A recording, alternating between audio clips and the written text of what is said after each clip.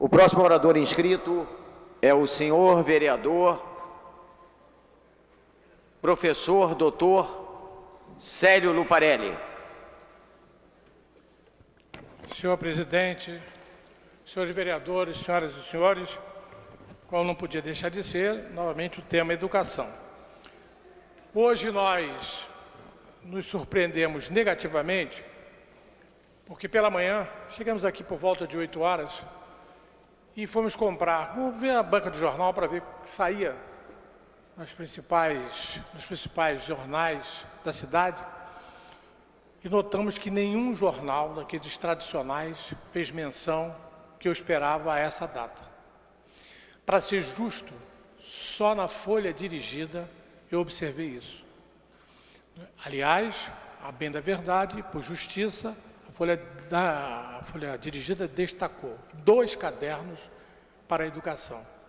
Tanto a gente aqui quer fazer uma homenagem à Folha Dirigida lendo um texto que foi colocado pela Folha Dirigida. Pois não, senhor? Pequena parte, só para uma correção, nenhum dos jornais fez menção ao Dia do Mestre na primeira página. Isso. Isso. Exatamente. E eu acho relevante porque a data que é, num país em que a presidente da República diz que é a pátria educadora, os jornais nessa data deveriam dar ênfase. O jornal, então, Folha Dirigida, faz o seguinte texto, e eu faço com homenagem e agradecimento ao jornal, que se dispensou, como eu disse, 2 cadernos especiais. O texto diz o seguinte: o Brasil tem, de acordo com o censo escolar de 2014, um total de 2.190.743 professores que atuam nas turmas de educação infantil e nos ensinos fundamental e médio. Os dados mostram que certos aspectos tradicionais permanecem, como a predominância de mulheres na educação. Mas o que chama atenção é a perspectiva da falta de professores em função do envelhecimento da categoria. Dos professores brasileiros, quase 60% atuam nas turmas de ensino fundamental, que, por sinal, concentram a maior parte dos cerca de 50 milhões de alunos do país. Educação infantil e ensino médio tem praticamente a mesma participação no total de docentes, cerca de 20%.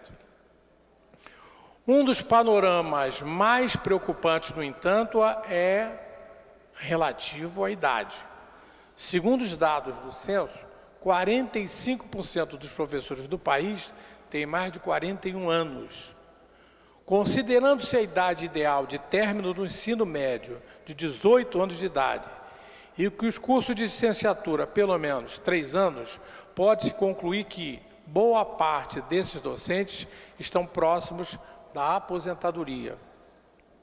Na visão do professor Edgar Flecha Ribeiro, presidente do Sindicato dos Estabelecimentos de Ensino do Rio, os dados são extremamente alarmantes. Segundo ele, trata-se de um reflexo do processo de desvalorização dos docentes no Brasil. É preciso entender que em nenhum país do mundo o jovem chega no início da vida e diz: eu quero ser rico, vou ser professor. Nem na Suécia, em nenhum país do mundo. Em todo país do mundo, o professor não fica rico, mas, em contrapartida, é muito respeitado. Reconhece o professor como fundamental para a educação do povo. O problema é que no Brasil, ao contrário do que acontece nos outros países, professor não é respeitado, salienta o educador. Para o presidente da Associação Brasileira de Educação, João Pessoa de Albuquerque, o pequeno número de professores jovens é um sinal de que os atrativos para a carreira não estão despertando interesse naqueles que se formam no ensino médio. Na verdade, o professor é um profissional com maior efeito multiplicador em qualquer sociedade no mundo. E para que haja o estímulo ao exercício de qualquer atividade profissional, é fundamental uma remuneração condizente com a importância dessa atividade. E a remuneração que se dá ao professor no Brasil está muito aquém do que esse profissional de efeito multiplicador merece. Destaca o educador. Haverá o dia em que a sociedade brasileira e seus governantes vão compreender essas lições. A gente espera que isso seja um fato, que tenha reflexo na sociedade, mas especialmente dos governantes.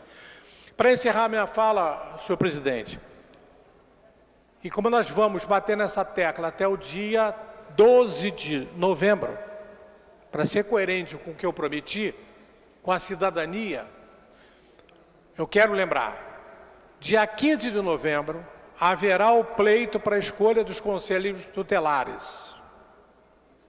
Nossa preocupação é enorme, permanente, para que sejam escolhidas pessoas adequadas para exercer tão importante função.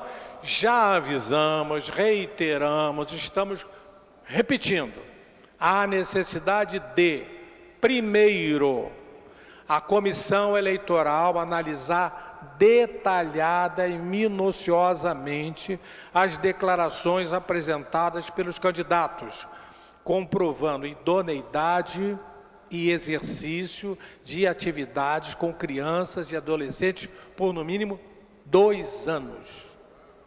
Segundo, o TRE tem que comandar o processo de votação, senão haverá fraude. Terceiro, deverá haver segurança para os eleitores e candidatos por meio da Polícia Militar e da Guarda Municipal. Quarto, exige-se a presença do Ministério Público fiscalizando o processo nos locais de votação. Muito obrigado e salve o Dia dos Professores.